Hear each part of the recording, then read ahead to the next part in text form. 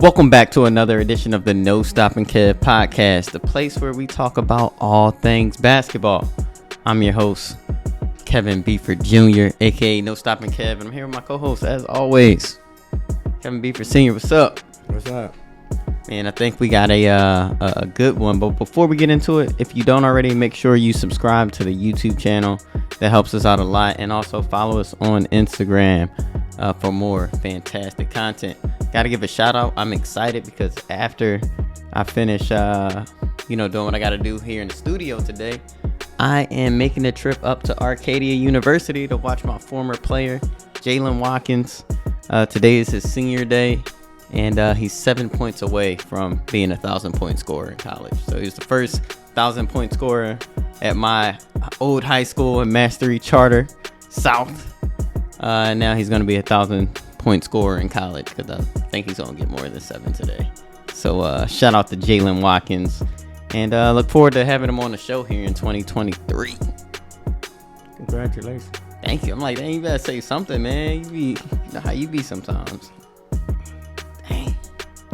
But Dad, it's my favorite weekend of the year. Your favorite weekend? Yeah. Well, this been my favorite time of the week anyway. Do you know why it's my favorite weekend of the year? Why? You don't know? What, All-Star Weekend? Yeah, man. Come on, give it the program. Wake up. No, it's early. Wake up. All-Star Weekend, baby. So I get to watch, all the festivities. I'm the guy that watches, like, everything for the most part. Now that I'm a little older, I got more responsibilities. I miss, like, the practices and stuff. And now they got some HBCU game. That's pretty cool. But I'm probably going to miss that because I'm going to be watching my dude Jalen get buckets today. But, yeah. Looking forward to seeing All-Star Saturday night. That's kind of, almost like a tie between the actual game. You got to love the festivities, especially when they're entertaining to watch. I just hope the dunk contest lives up to expectations because for some reason, a lot of years it be lacking. But, yeah, before we get into it, right, you're probably not super familiar with some of the new formats.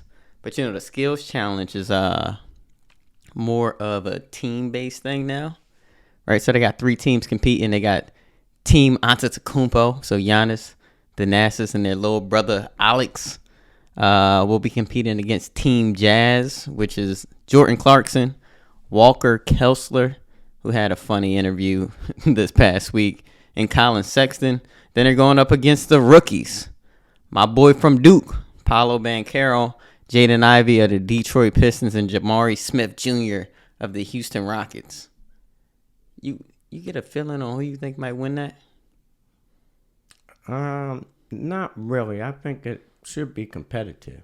If you had to pick, who would you roll with? Go ahead, look at the list right there behind you. It's right there behind you. Team Antetokounmpo, Team Jazz, or the rookies? Who you think gonna come out and win it? I'm going to What? Greek. I'm going with the Greek. You going with the Greek brothers? I'm going with the Greek. All right. You going with the Greek freaking them guys? I think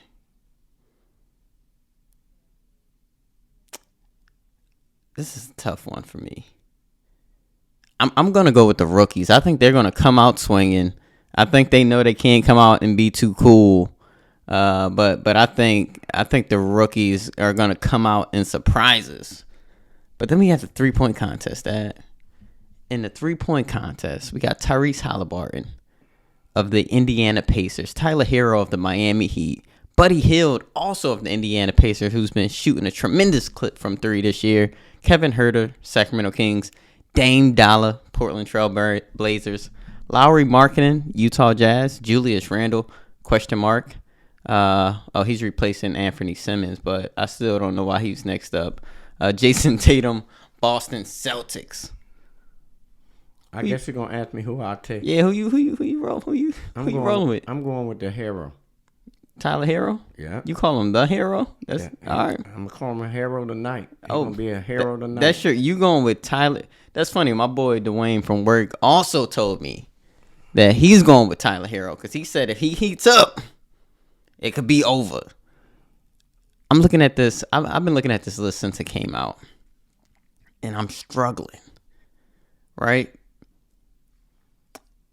You pick Tyler. Oh, There's two that I've been torn between kind of three guys this week.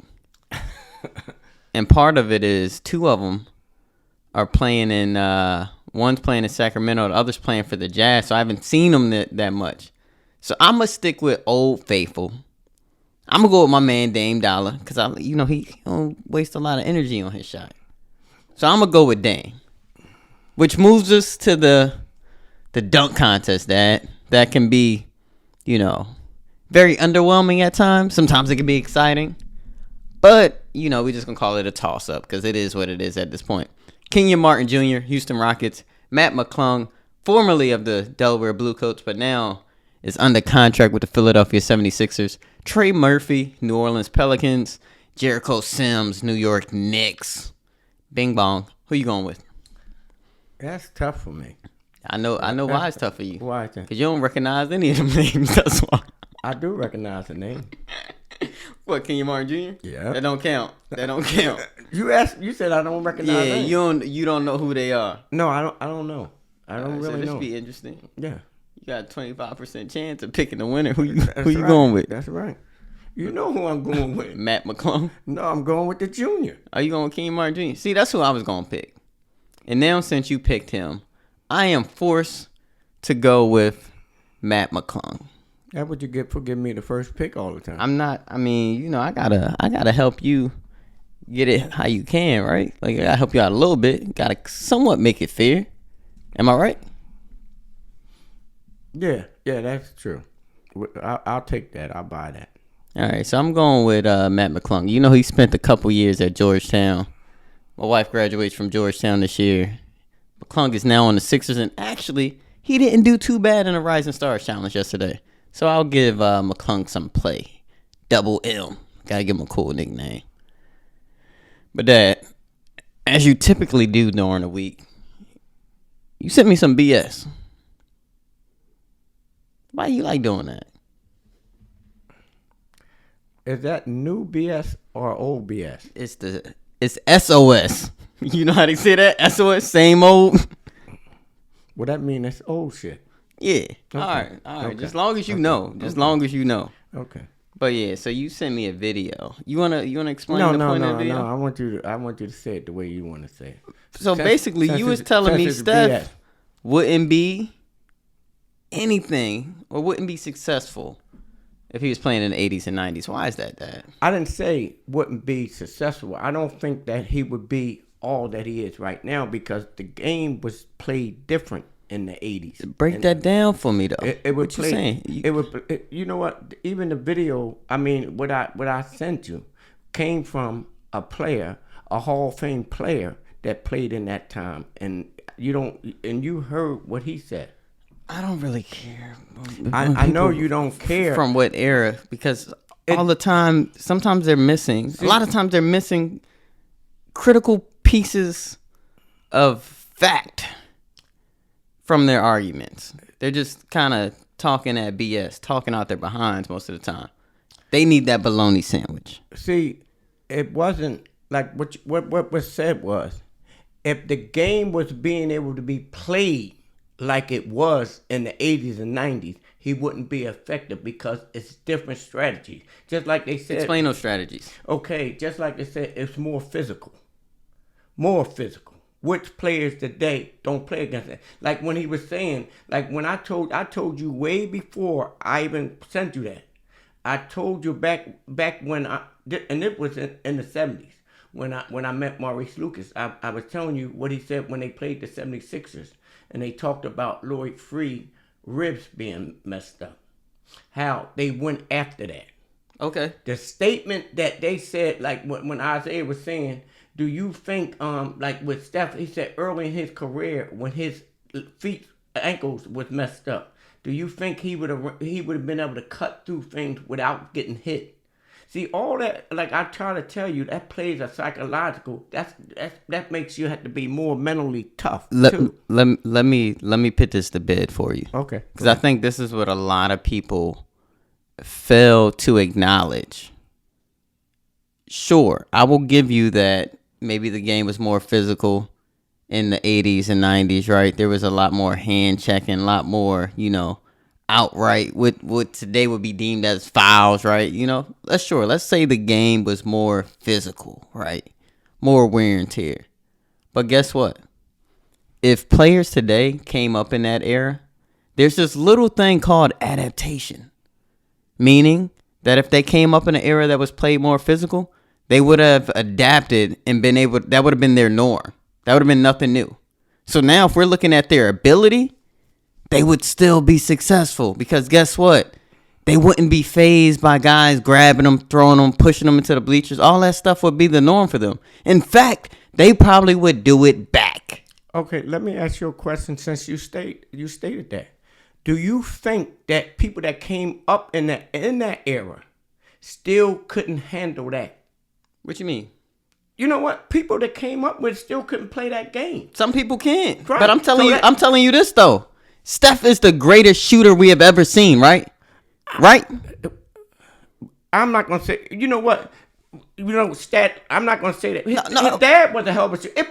Him and his dad not in the same conversation, okay, Dad. but I'm saying it still was great shooters. Okay, it was but still good shooters then. Answer the question.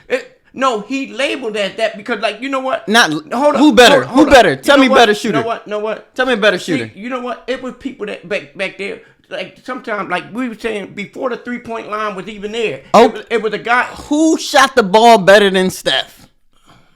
You have to look up the percentage. I don't have the percentage because that's what you're going to talk about percentage-wise. Not right? necessarily. All I'm going to say is even guys like Reggie Miller, Ray Allen, and damn near maybe even Larry Bird might pass the torch to Steph. Because no one has ever shot the ball like Steph. To be able to shoot it the way he does, from as deep as he shoot it, off the dribble, catch and shoot, moving off the ball, we've never seen someone do that before. And that's why Stephen Curry is the greatest shooter of all time. You know what? I just heard, and some people still think Larry Bird is the greatest. And guess what? They probably old people that.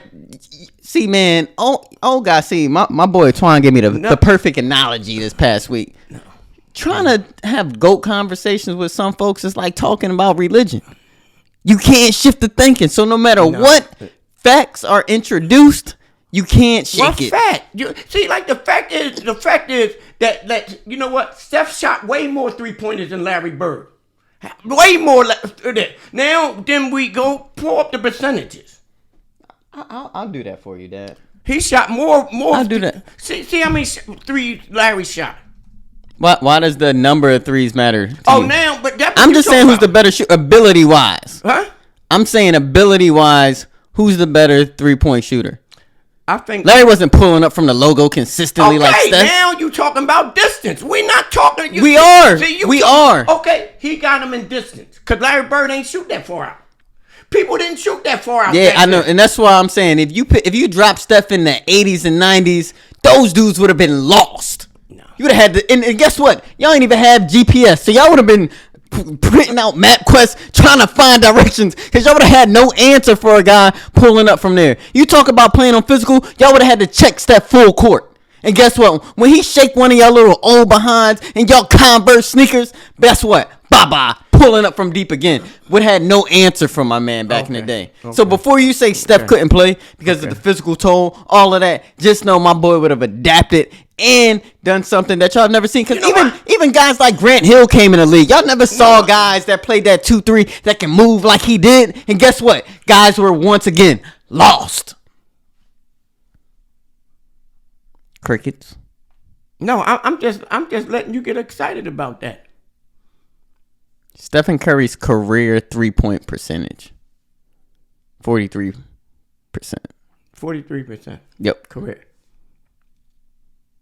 How does that make you think? That's regular season. So now you want Larry Bird's percentage? Go ahead. And I'll be the first to tell you, percentages don't give you the whole story. I'm just saying.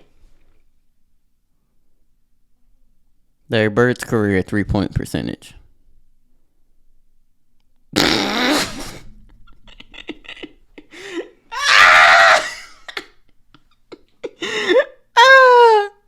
Oh, you see that? No, I can't see it. 38%. 38%? Yeah. Okay. And he wasn't shooting it off the dribble like Steph was. We're not saying that. You know what? We could say that he a better 3-point shooter or distance wise. But you know what? Distance don't matter, just behind the line, period. And our line is further back today, right? Okay. 3-point line, I think they moved it a couple times in the NBA, right? Probably. Yes, definitely. So you can probably say, it's probably safe to say, no disrespect to Larry, because Larry is one of the greatest shooters of all time. Just like you can pick guys like Reggie Miller in that conversation, just like you can pick guys like Ray Allen in that conversation. You know what? But I think it's probably pretty safe to say that Stephen Curry is the greatest shooter to ever play the game of basketball. Am I right? I'm not really going to say that. You know what? It was some shooters. There was some shooters before. Like, you know what? You ever heard Downtown Freddie Brown? Yeah, Dad. But who? Kevin, it wasn't even 3-point. The 3-point line wasn't even back there when he was playing. It wasn't even there. That's fine. But he still shot deep. So Fred Brown, this dude right here, this who you talking about? Sonics? Yeah. That average less than 15 points a game? You talking about a guy that averaged less than 15 points a game? 14.6 for his career. Well, now you putting points in. We just talking about a person that could shoot. I can pick. You see, that's what I'm talking about. That's BS, man. You pulling random. You never heard of Downtown Freddie Grant? See, y'all get so wrapped up in the old ages of guys that were quote unquote spectacular and aren't giving guys today that are doing it a million times better than flowers. I'm not saying that Downtown Freddie Brown can stroke it. Pause. Today, there's really no defense. It's really no defense. You can't say that, man. Yes, I can. You can't say it's no defense today. It's really not no defense. You can't say it's no defense today. From watching the game, from when I watched the game, to how people play and walk to the basket today, yes, there's no defense. All right, there's defense on that perimeter when guys shooting threes with hands in their face.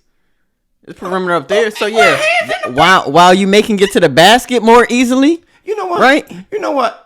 This still don't change the fact that your man. Wait, let's stay on topic real quick. Name a better shooter than Stephen Curry. I ain't got one. So Stephen Curry's the best shooter. I'm gonna go with you with that. I'm proud of you for admitting that. I'm gonna go with you with that. You want a drink? I'm gonna go with you with. No, I don't. You want a drink? No, I gotta get you something. You want a coffee? I gotta get you something because that's spectacular that you admitted that. No, I am shocked. I'm gonna go with that. Good job. I'm gonna give him that. Dang. I'm not taking away that he's a great shooter. I can't take that away that he's a great shooter. I'm not saying that. I'm saying, like, at times, with the difference of the game is more wear. It's more physical capability. You know what? Like, just like sometimes in the game when you start, like, when you got to pull up and shoot a jumper in the game, when it's like down to the last 3-4 minutes. You know what? That shot harder than it was then. Then when people keying and focusing on certain parts, it's a difference. You don't think people still keying on different players in games today? I didn't say that, Kevin. What I'm saying is, you know what? I can't really explain what I'm saying, and you're not trying to even see that. I'm trying to see. You know what? I'm trying to see. You can't. That's why I'm having you explain it. You know what? I'm asking questions. No, you asking questions, but see, you talking about from like shooting aspect. You think that when people start playing tougher defense and stuff like today, how do people be losing 30-point leads, man? Because pace of play, the 3-point shot, those are ways that teams can get back in the game quickly. Like if you're down 20, right, and one team has 3 empty trips and you hit 3 threes on the other end, that's why the game and teams are structured around being able to shoot the deep ball. Because it's the most behind a layup, it's the most efficient shot in basketball. You know what? That's how teams blow leads. Another day. In addition to not being focused on the defensive end. You know what? Another day I will go in more to this conversation with you about teams losing 30-point leads. Okay. Yeah. Whatever you want to bring. Whatever you want to bring, man. We'll bring that. But in other news, so we talked about Kyrie going to the Mavs last week. I don't think we expected to, depending on what time you go to bed, I went to sleep and woke up to news that Kevin Durant had been traded to the Phoenix Suns. And I saw a funny quote yesterday or 2 days ago where he was like, I can see myself finishing my career out here in Phoenix. Then he was like, well, I guess I said that in Brooklyn too. But what are your thoughts on Durant going to the Phoenix Suns? What my thing is, I think Phoenix just got tougher. One part I just really didn't like it when they let Malik Bridges go. Mikal Bridges, yeah. But KD, I think, it's just like KD going to like Golden State in a sense to me. We could talk. I'll let you elaborate, but I'm gonna disagree. Well, let me hear your disagreement. No, explain. Why is that him going to Golden State? Because first of all, I think Chris Paul and Devin Booker and them are hungry for a championship. But they've been struggling. But look who you bringing in. So and I think if he stay healthy, I think we only talking about 3 of them.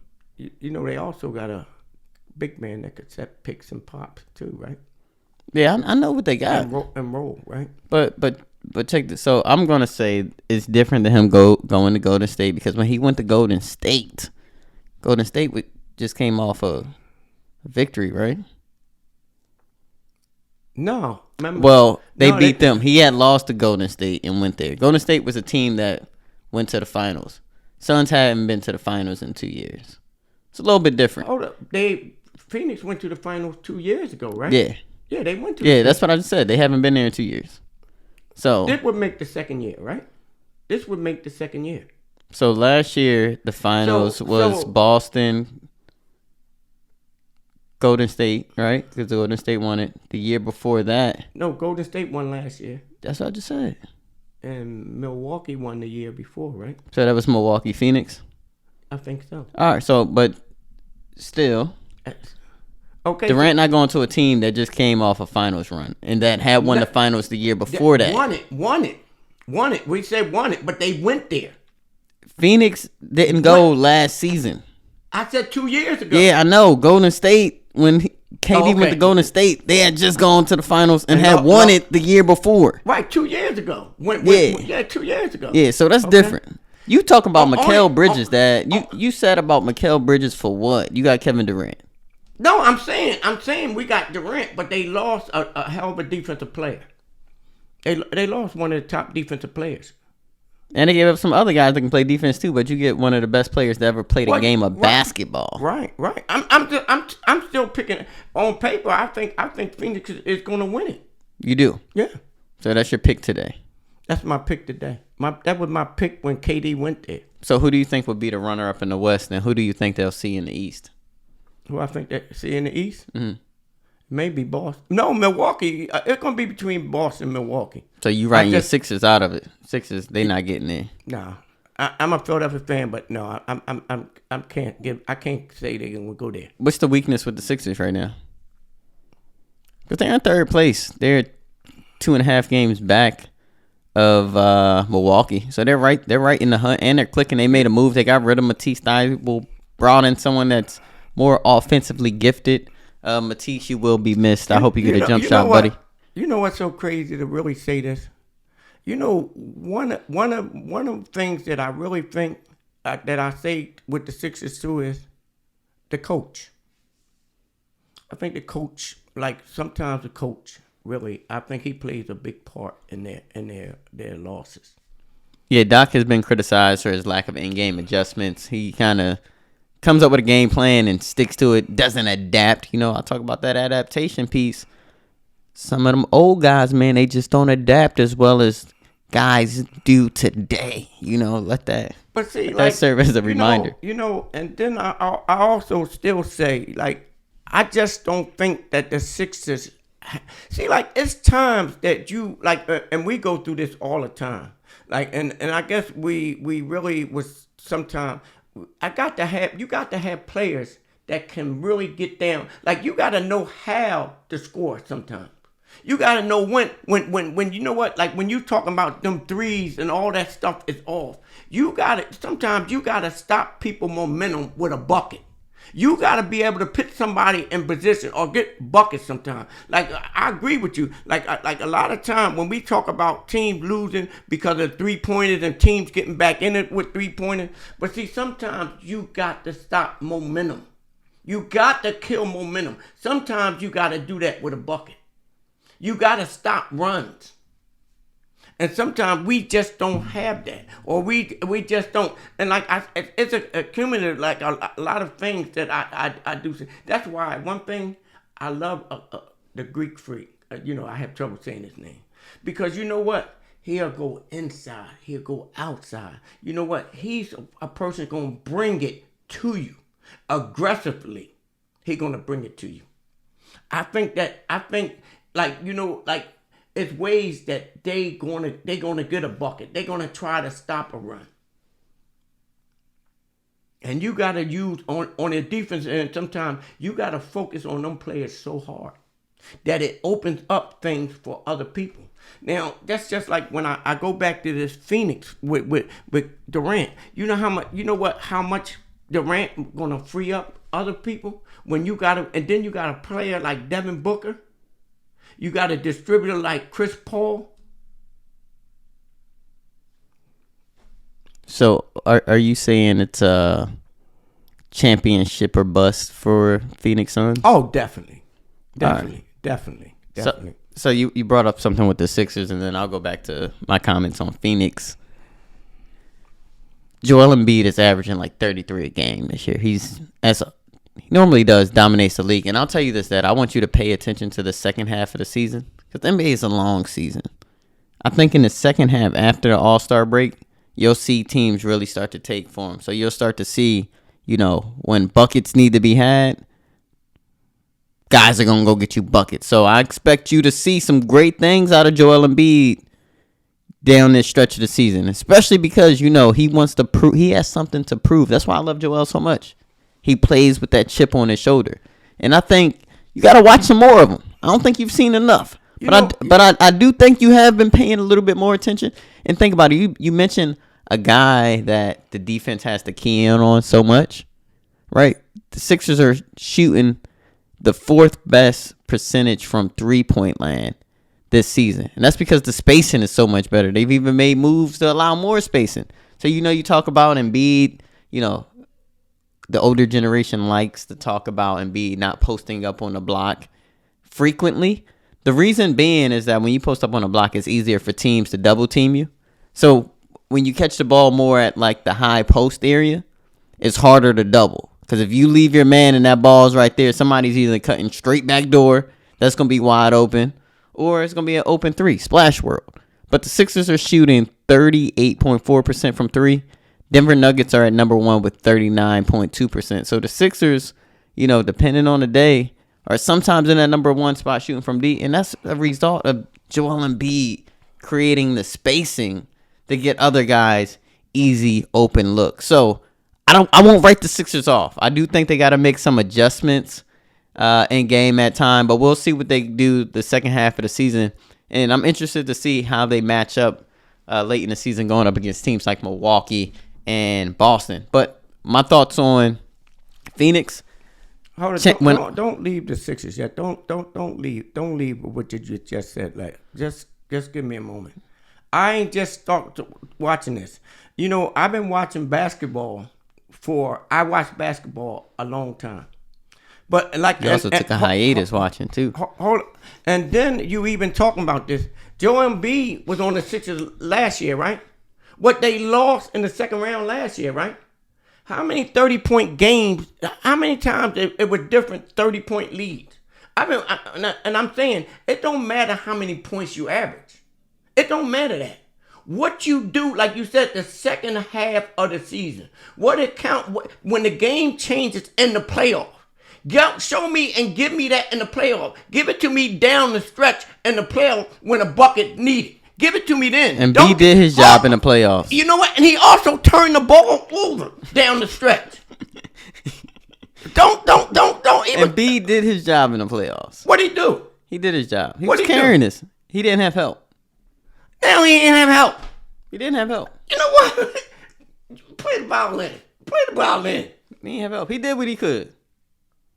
Now, if it was Mike, you'd be like, Mike ain't have help. Why did Mike lose all in the 80s? It took Mike a goddamn decade to get to the finals. We don't talk about that. How many years did it take the GOAT to get to the finals, though? How many? You know what? See, you know what? Don't compare Mike run with LeBron. You know why? Mike is 6-0 in there. Mike is 6-0. 6-0 in the championship. Okay. So you know what? Don't see like you try to put LeBron there. Like you know what? And you know what? We are gonna do an episode because I got some stuff for you with that too. You think you do? Okay. You think you do? I know. You got that old doctrine. Okay. That lacks logic. But can I get back to my Phoenix take? Yeah, go back to Phoenix. I do think for Phoenix, right now they're probably the favorite in the West. I think they would be tough to stop because, some people cite them lacking depth with giving up guys like Cam Johnson, Mikal Bridges. But because you have a four-headed dragon to the point where you can kind of spell guys. So you can have CP on the floor with Ayton. You can just have Durant out there while the other three get their rest. You can just have Book out there while the other three get their rest. You can just kind of have Chris Paul out there at times with a second unit and manufacture some points that way. They may even make another move. I forgot they added TJ Warren too. So Phoenix, I think, is probably definitely the favorite in the West. I would probably pick them to come out the West if they can stay healthy. That's the big thing. Yeah. Do I think it's championship or bust this year? No. But I think next year is definitely championship or bust. And I think this is going to be one of the most important ones for Kevin Durant to ever win because, he's playing with, one of the best point guards of all time, even though he's aging. But he's still a guy who leaves his impact on the game on both ends. You have a big in DeAndre Ayton who can go out and actually, score points. But he kind of is relying on Chris Paul. Like if Chris Paul isn't playing, isn't involved, Ayton tends to struggle.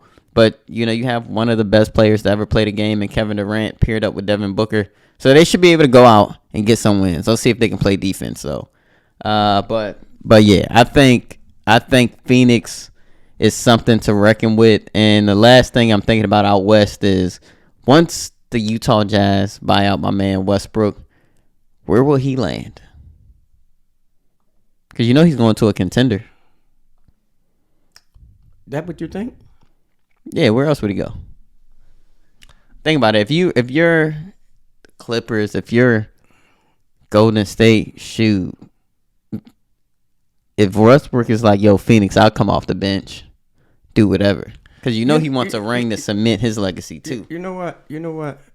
My opinion is Westbrook is not going to get a ring. Westbrook is not, like sometimes you got to, like, and I'm going to use the word give a little. And why? Let me do your turn. What? What you be doing? What? What Westbrook giving? You know what? Like, why did they? You talking about sacrifice? Why did they get? Why is the word that he got out of L.A.? Why did they get him out of L.A.? Fit wasn't there. Where have he really fit through his career? Where was his fit through his career, Kevin? Oklahoma City. It still wasn't there. Durant got away from him. Durant is a what? So he went and joined the team that beat him. That's a lack of heart right there. They were making runs. They went to. Russ has been to the finals. People forget that. That OKC team went to the finals and lost to the GOAT. People forget that. They didn't lose. They didn't lose to the Bulls. They didn't lose to the Bulls. Yeah, I know. They lost to the Miami Heat, led by LeBron James, the GOAT. No. You can't. No. But we'll see where Russ lands. We'll see. Depending on what team, I think it can move the needle. I think people play into the narratives that the media has created over the last couple of seasons with Westbrook saying that he can't still hoop, but my man still can go out and do his thing. And I think if you put him in the right situation, I've said it time and time again, if you give Russ a big that can roll and finish and surround him with shooters, watch out. Because if he's getting downhill and there's not a lot of help there, like people forget in LA, it's a similar situation that the Sixers were facing when they first got James Harden. The spacing was jacked up. So people are like, oh, Harden doesn't have it. He's old. He's done. He's cooked. But it's like, no, it's just everybody's helping in the lane because nobody can shoot the goddamn ball. Same thing in LA. They didn't have shooters, so when Rush drives, he's having to try to finish through 2 and 3 people. That's tough. Put him in a Golden State situation where you can't help off the guys on the perimeter. And now he's beating his guy. And if anything, it's one dude that he has to finish against at the rim. People going to be like, oh my God, Russ is back. And I'm going to be like, he never went anywhere. You know, you can have to find a word. Then we got to move on. Like we can move on. I'm just saying, like, you know what? He's not that player. Like, he's a good player, but he's not that player. Like, I had to come back to you another time, and I could tell you my film, but he's not that player, and I don't think that he's the player that's gonna lead them to. He doesn't have to lead. He can play a role. He's not that person that want to play that role. That's what you don't. That's what I'm talking. He's just not proved a role. In LA, he can play the second role. He can play 6-man. He's done it and has been successful at it. LA has just been a dumpster fire all season. Now, it's good that they did trade him because now they got some help with some guys that can shoot the ball from 3. Okay. I can't wait because you know what? Let me take that shovel from you. I'm going to hand you this plate and this fork because you will eat those words. No. You will eat them. No, I won't. No, I won't. But we got to get ready to wrap it up. And I think at some point in the coming weeks, I think I got to share some reflections from my season of coaching. Because I'll tell you that this past season was definitely one of the toughest seasons for me as a coach. But also probably one of the more fulfilling ones. Because it's a journey. I think this season reminded me that in life, sometimes you have to appreciate the ups and downs, right? Like, it's great when you're coaching a team that makes a run to the state tournament. And then you also got to appreciate the times when you're coaching a team where guys are really learning how to play the game of basketball. So you're doing a lot more teaching. You know, there's points in the year where, you know, you ask yourself, like, maybe I don't know basketball anymore, right? Because you feel like you're constantly repeating the same basic things. Like you're teaching guys that are 10, 11, 12. But then I got to remember a lot of the guys that, you know, are on our roster this year, it was only their first or second year really playing organized basketball like that outside of, like, you know, rec leagues and stuff, right? But playing where you have an offensive system, guys got to learn to buy into roles, you know, while they're also learning important life skills like accountability, you know, was a big one this season. So I got a lot of stories. I probably just need to write a book. You know, I can write half a book alone on my coaching career just based off of this season and some of the lessons that, you know, I try to instill in our players as well as lessons they teach me. They don't realize they teach me a lot about life too and about myself too. So I got to shout out to the Mastery South Bulldogs. Proud of the year we had. Definitely was one where I learned a lot, you know, in a lot of different areas of life. But before we get out of here, you know, I gotta show love to women's basketball, right, Dad? It wouldn't be right if I didn't. So we ain't talking about anything in that realm today. So first, man, I'm getting a little nasally. But first, so Villanova has this girl, Maddie Siegrist. I hope I'm pronouncing that right. She's the nation's top scorer, just breaking records all over the place. And she's like the most points in Villanova basketball history, men's and women's. So shout out to Maddie. Yeah, I gotta try to catch a Villanova women's game. Maybe I'll go see one in person. That'd be cool. But you know what else I'm gonna be watching, Dad? I mentioned this a couple weeks ago. The Athletes Unlimited Women's League starts this upcoming week. February 23rd, it tips off. If you want to watch, which you should, go to WNBA.com/league pass. Get that subscription. It's only $25 and it even got a little free trial option. So, start the free trial when the games start, because I think like 23 of the 25 or so Athlete Unlimited women's games will be streamed via WNBA League Pass. And, you're going to see a lot of the WNBA players participate in this. And this is an opportunity for them during their off season to stay in the United States, make money playing basketball. So that's very important. that they get to kind of stay here with their families, kind of have a little less of a demanding schedule versus them having to travel abroad to keep some money coming in, because we still know that there are disparities in what women make in the WNBA compared to other leagues around the world too. So shout out to Athletes Unlimited. I love what they're doing. They have a different format, right? Not a traditional basketball where you have set teams. Teams actually fluctuate week to week. So it's a lot of cool things that they do in that league. So I encourage everyone to go check it out. Anything you want to leave the people with that? No, I'm just had a good weekend, a good topic this week. Oh, cool. Yeah, it's really the stuff that we don't hear that sometimes it's like whenever you call, I need a little app on my phone that I can just hit a record button. Cause you be acting up off air. I ain't gonna lie. We're gonna bring it to air. Yeah, we need to. From now on, I might not talk. If you start to try to talk basketball without a camera rolling, I'm like, pause. Let me get the record going. And cause y'all gotta hear this. Nuts. Just absolutely nuts all the time. But as always, people, thank you for tuning in to another episode of the NoStoppingKev podcast. We appreciate you being here. Can't thank you enough. Definitely make sure you share the show. Definitely follow us on Instagram at the NoStoppingKev show. And we'll see you next week where we can actually figure out how did we fare with our NBA All-Star predictions. Last one. Team LeBron or Team Giannis? You know what? When did they pick the team? They didn't pick me yet. They're going to pick them right before the game. So I can't say it until. So I'll let you pick first on all other ones. I'm going to pick first on this one. Okay. I'm going with Team LeBron because you know what? He has the most GM experience out of the two captains.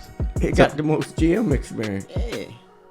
Well, he got more experience than anybody when it comes to that. He's been around 20 years in the league, man. Yeah. So he got more experience than that. How many years Chris Paul got in the league? They came in at the same time. No, Chris Paul came in. Sorry, I'm thinking of D-Wade. Chris Paul came in, I think, 2 years after that. Yeah. But yeah, you know, I'm going with the GOAT. So yeah, I'll see you guys next Thursday for our next episode. Peace. You know what you should say before you leave? Baby goat. Baby goat.